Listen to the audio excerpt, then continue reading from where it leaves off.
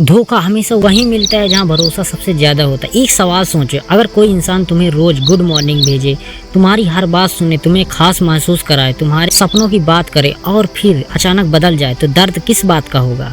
उसके जाने का नहीं, दर्द इस बात का होगा कि जिस इंसान पर तुमने सबसे ज्यादा भरोसा किया वही भरोसा तोड़ गया। आज हम समझेंगे कि कुछ लोग धोखा क्यों देते हैं, इसके पीछे कौन सी साइकोलॉजी काम करती है और धोखा मिलने के बाद खुद को कैसे मजबूत बनाना चाहिए। धोखा कैसे शुरू होता है? दोस्तों, धोखा अचानक नहीं होता, उसकी शुरुआत बहुत छोटी छोटी चीजों से होती है।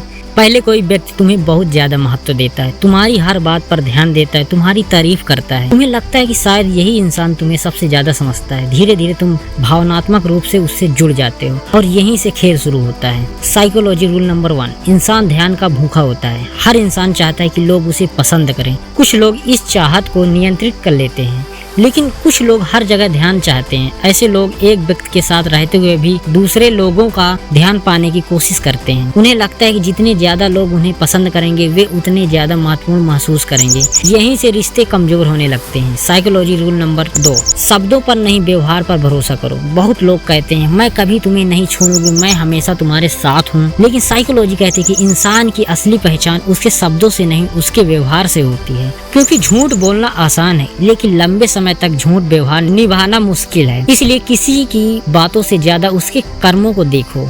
सबसे बड़ी गलती जो लड़के करते हैं, बहुत बार लड़के अपनी पूरी दुनिया एक इंसान के आसपास बना लेते हैं। उनकी खुशी, उनका समय, उनका ध्यान, सब कुछ उसी व्यक्ति पर निर्भर हो जाता है और जब वह व्यक्ति बदल जाता है तो पूरी दुनिया टूटती हुई महसूस होती है। याद रखो, किसी को अपनी जिंदगी का हिस्सा बनाओ, पूरी जिंदगी का नहीं।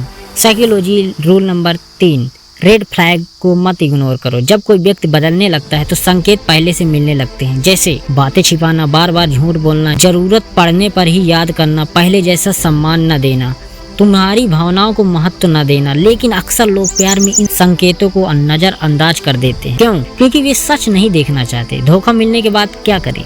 सबसे पहले अपने आप को दोष देना बंद करो। हर रिश्ता टूटने का मतलब यह नहीं कि तुम में कमी थी। कई बार सामने वाला व्यक्ति ही रिश्ते की कीमत नहीं समझता। अपने ऊपर काम करो, नई स्किल्स सीखो, अपनी पढ़ाई पर ध्यान दो, अपनी फिटनेस पर ध्यान दो, अपने सपनों पर काम करो, क्योंकि सफलता वह जवाब है जिसे शब्दों की जरूरत नहीं होती। मजबूत इंसान कौन होता है? मजबूत इंसान वह नहीं होता है जो कभी रोता नहीं। मजबूत इंसान वह है जो टूटने के बाद भी खुद को फिर से खड़ा कर लेता है, जो दर्द को बहाना नहीं बनाता बल्कि उसे अपनी ताकत बना लेता है। बदला या सफलता? बहुत लोग धोखा मिलने के बाद बदला लेने की सोचते हैं, लेकिन साइकोलॉजी कहती है सबसे बड़ा बदला नहीं बल्कि अपनी जिंदगी को बेहतर बनाना है। जब तुम आगे बढ़ते जाते हो, जब तुम अपने सपनों को पूरा करते हो, जब तुम खुश रहने लगते हो, तब वही तुम्हारी सबसे बड़ी जीत होती है। याद रखो दोस्तों, धोखा तुम्हारी कीमत तय नहीं करता। किसी का तुम्हें छोड़ देना यह साबित नहीं करता कि तुम अच्छे नहीं थे। यह सिर्फ इतना साबित करता है कि हर व्यक्ति रिश्ते की कीमत समझने लायक नहीं होता। अपनी कीमत पहचानो, अपने लक्ष्य पहचानो और इतना मजबूत बनो कि किसी के आने या जाने से तुम्हारी पहचान न बदले।